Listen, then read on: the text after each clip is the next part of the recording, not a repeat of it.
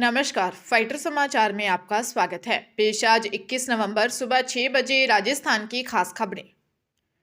जयपुर में एक परिवार को सम्मोहित कर 4 लाख रुपए की लूट का मामला सामने आया है। पुलिस ने बताया, प्रतापनगर के रहने वाले 73 साल के व्यक्ति ने बताया कि उनकी पत्नी को चलने में परेशानी है। वह पत्नी को सेक्टर 26 प्रतापनगर स्थित सरकारी होम्योपैथिक हॉस्पिटल ले गए थे। हॉस्पिटल से बाहर ऑटो रिक्शा में बैठ रहे थे, तभी एक स्कूटर पर युवक आया और बोला कि मैंने माताजी को दूर से देखा कि उनको चलने में दिक्कत है, इसीलिए आपको बता रहा हूँ। मेरी माताजी को भी ऐसी तकलीफ थी। आर मर्चेंट नामक डॉक्टर ने मेरी माताजी को बिल्कुल ठीक कर दिया। युवक दीपक शर्मा ने दिए नंबरों पर डॉक्टर से बात की। अगले दिन डॉक्टर मर्चेंट अपने साथी को लेकर घर आया। 10 मिनट की बातचीत के दौरान वह और उसकी पत्नी और बेटा बहू सब सम्मोहित हो गए। उसने इलाज के लिए 5 लाख रुपए मांगे। हमने उन्हें 4 लाख रुपए दे दिए। पुलिस मोबाइल नंबर के आधार पर शातिरों की तलाश कर रही है। नागौर की साइबर थाना पुलिस ने ऑनलाइन ठगी के एक मामले में आरोपी कृष्णा कॉलोनी रामगंज मंडी कोटा निवासी हाल मालवीय नगर इंदौर एमपी निवासी 23 वर्षीय चिराग जाजू को एमपी के इंदौर से गिरफ्तार कर लिया है। आरोपी ने शेयर मार्केट में मुनाफा दिलाने का झांसा दे लाखों रुपए की ठगी कर ली थी। 6 मार्च 2023 को सुखोलाव गांव के रहने वाले रेवंत राम जाट ने दी रिपोर्ट में बताया कि साल 2020 में अज्ञात व्यक्ति ने व्हाट्सएप पर एक लिंक भेजकर भारत सरकार की योजनाओं के झूठे झांसे देकर ऐप डाउनलोड करवाया और बैंक अकाउंट से रुपए ट्रांसफर कर कहा कि इसमें ब्याज मिलेगा और आपका रुपया बढ़ जाएगा। पीड़ित ने 50,000 रुपए भेज दिए। ऐप के माध्यम से Facebook ID, Gmail ID, bank account की जानकारी और पासवर्ड ले लिए। इसके बाद व्हाट्सएप पर कॉल कर धमकियां देता रहा। फिर वह आरोपी को रुपए भेजता रहा। इस दौरान 8 से 9 लाख का कर्ज भी ले लिया था। राजस्थान में विधानसभा चुनाव को लेकर स्टार प्रचारक अपने अपने प्रत्याशियों को जिताने के लिए सभाओं का आयोजन कर आमजन को संबोधित कर रहे हैं। कांग्रेस के राष्ट्रीय अध्यक्ष मल्लिकार्जुन खड़गे अनूपगढ़ में पार्टी प्रत्याशी शिमला नायक के समर्थन में जनसभा को संबोधित किया।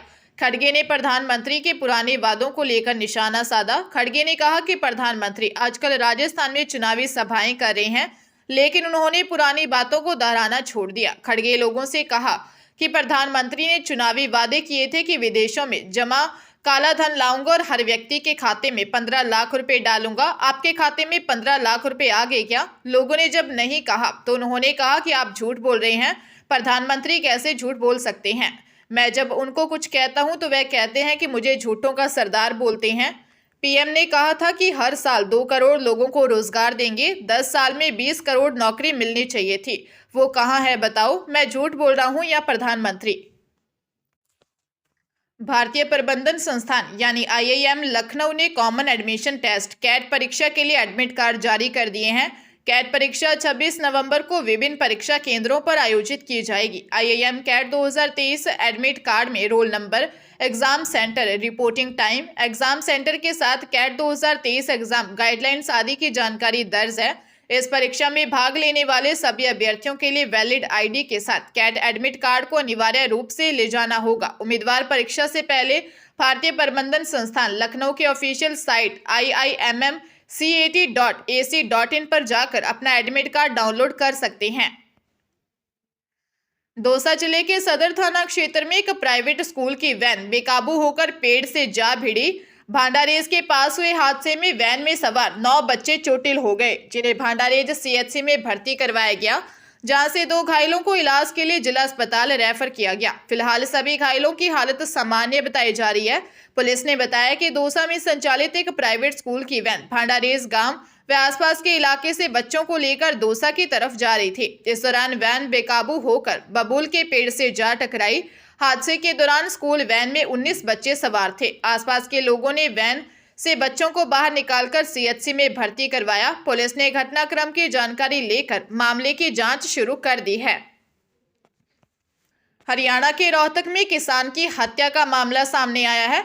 मारने के बाद शव को पुराना बस स्टैंड के पास खाली प्लॉट में फेंक दिया। मृतक की बाइक भी खाली प्लॉट के पास ही मिली है। मामले की सूचना मिलते ही पुलिस टीम मौके पर पहुंची और जांच में जुट गई। मृतक की पहचान गांव सुनारिया निवासी 33 वर्षीय धर्मेंद्र उर्फ भोलू के रूप में हुई है। धर्मेंद्र के पिता अजमेर में कहा कि उसका बेटा शाम तक घर पर था, लेकिन उसके बाद वह बाइक लेकर कहीं चला गया। धर्मेंद्र खेतीबाड़ी करता था। शादी के कुछ समय बाद उसकी पत्नी गहने लेकर फरार हो गई थी, जो फिलहाल रोहतक के एक मॉल में काम करती है। पिता ने पुत्र वधू पर अपने पुत्र की हत्या का आरोप लगाया है। पुलिस ने एफएसएल टीम को भी मौके पर बुलाया और घटनास्थल से साक्ष्य जुटाए। जयपुर में 8वीं क्लास की छात्रा से रेप का मामला सामने आया है। घर में अकेला पाकर आरोपी पड़ोसी ने डरा धमकाकर दुष्कर्म किया। विरोध करने पर मारने की धमकी देकर अश्लील वीडियो भी बना लिए। फट्टा बस्ती थाने में नाबालिग पीड़िता की मां ने दर्ज रिपोर्ट में बताया कि उनकी 13 साल की बेटी 8वीं क्लास में पढ़ती है। पड़ोसी स्कूल की छुट्टी में स्कूल गेट पर जाकर नाबालिग बेटी से गाली गलौज करता है। 16 अगस्त को वह किसी काम से बाहर गई थी। घर पर नाबालिग बेटी को अकेला पाकर आरोपी ने डरा धमकाकर दुष्कर्म किया और जान से मारने की धमकी देकर अश्लील वीडियो बना लिया। किसी को बताने पर वीडियो को वायरल करने की धमकी दी। पुलिस ने पोक्सो एक्ट के तहत रिपोर्ट दर्ज कर जांच शुरू कर दी है। राजस्थान में पिछले कुछ दिनों से छा रही धुंध से अब राहत मिल सकती है। उत्तर पश्चिम दिशा से हवा चलनी शुरू होगी। इससे न केवल प्रदूषण का लेवल कम होगा, बल्कि तापमान भी कम होगा। फिलहाल 7 दिन मौसम साफ रहेगा। इसके बाद 27 नवंबर से मौसम में बदलाव देखने को मिल सकता है। कहीं कहीं हल्की बारिश भी हो सकती है। राजस्थान के उत्तरी हिस्सों में सुबह हल्की ठंडी हवा चली। श्रीगंगानगर, बीकानेर, हनुमानगढ़ के ग्रामीण इलाकों में हल्का कोहरा रहा। जयपुर, अजमेर समेत कई शहरों के तापमान फिलहाल स्थिरता बनी हुई है।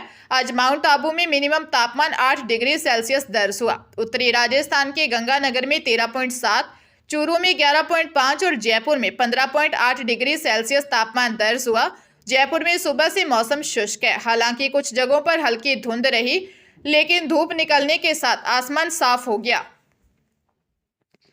राजधानी जयपुर के हरमाड़ा थाना इलाके में टोडी मोड़ में पत्थर की खदान में हुए एक हादसे में 3 मजदूर घायल हो गए। इनमें से एक मजदूर की मौके पर ही मौत हो गई, जबकि 2 अन्य मजदूर गंभीर रूप से घायल हो गए। थानाधिकारी हिम्मत सिंह के अनुसार टोडी मोड़ पर चेजा पत्थर की खान में यह हादसा हुआ। मजदूर पत्थर की भारी चट्टानों को तोड़ने के लिए छेद कर विस्फोटक भरने का काम कर रहे थे। इस दौरान चट्टान का भारी भरकम हिस्सा टूटकर गिर गया, जिसमें 3 मजदूर घायल हो गए। एक मजदूर की मौके पर ही मौत हो गई। 2 अन्य मजदूरों की हालत गंभीर बताई जा रही है। पुलिस खदान में काम करने वाले अन्य मजदूरों से पूछताछ कर रही है। पुलिस यह भी पड़ताल कर रही है कि सुरक्षा इंतजामों में चूक हुई या कहीं कोई खामी रहने से यह हादसा हुआ है।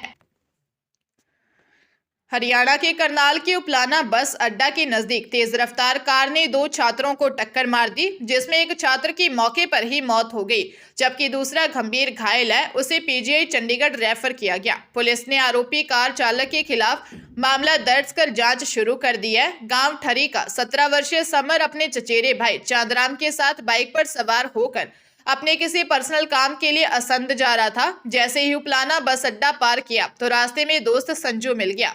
दोनों एक ही स्कूल में पढ़ते थे। समर और संजू बात करने लगे, जबकि चांदराम साइड में बाथरूम करने चला गया। इस दौरान असंध की तरफ से आई तेज रफ्तार कार ने दोनों को टक्कर मार दी। चांदराम के सामने ही उसके भाई ने दम तोड़ दिया, जबकि घायल संजू का इलाज चल रहा है। असंध थाना पुलिस मामले की जांच कर रही है। जयपुर में मालपुरा गेट थाना इलाके में गश्त टीम की बोलेरो को तेज रफ्तार फॉर्च्यूनर ने पीछे से टक्कर मार दी। हादसे में बोलेरो में बैठे 4 पुलिसकर्मी गंभीर रूप से घायल हो गए। घटना के बाद फॉर्च्यूनर ड्राइवर गाड़ी को मौके पर छोड़कर फरार हो गया। स्थानीय लोगों ने गंभीर घायल पुलिसकर्मियों को 108 एम्बुलेंस की मदद से प्राइवेट अस्पताल पहुंचाया। 2 पुलिसकर्मियों की हालत ज्यादा खराब होने पर उनको आईसीयू में भर्ती किया गया। दुर्घटना थाने के हेड कांस्टेबल भगवान सिंह ने बताया कि मालपुरा गेट थाना पुलिस की टीम बोलेरो में गश्त कर रही थी। इस दौरान बोलेरो में ड्राइवर रामचंद्र, कांस्टेबल देशराज, अमीचंद और बाबूलाल बैठे थे। सेक्टर 35 के पास सांगा सेतु के नजदीक पीछे से आ रही एक तेज रफ्तार फॉर्च्यूनर ने बोलेरो को टक्कर मार दी। हादसे के बाद फॉर्च्यूनर का ड्राइवर गाड़ी को मौके पर ही छोड़कर फरार हो गया। दुर्घटना थाना पुलिस मामले की जांच कर रही है।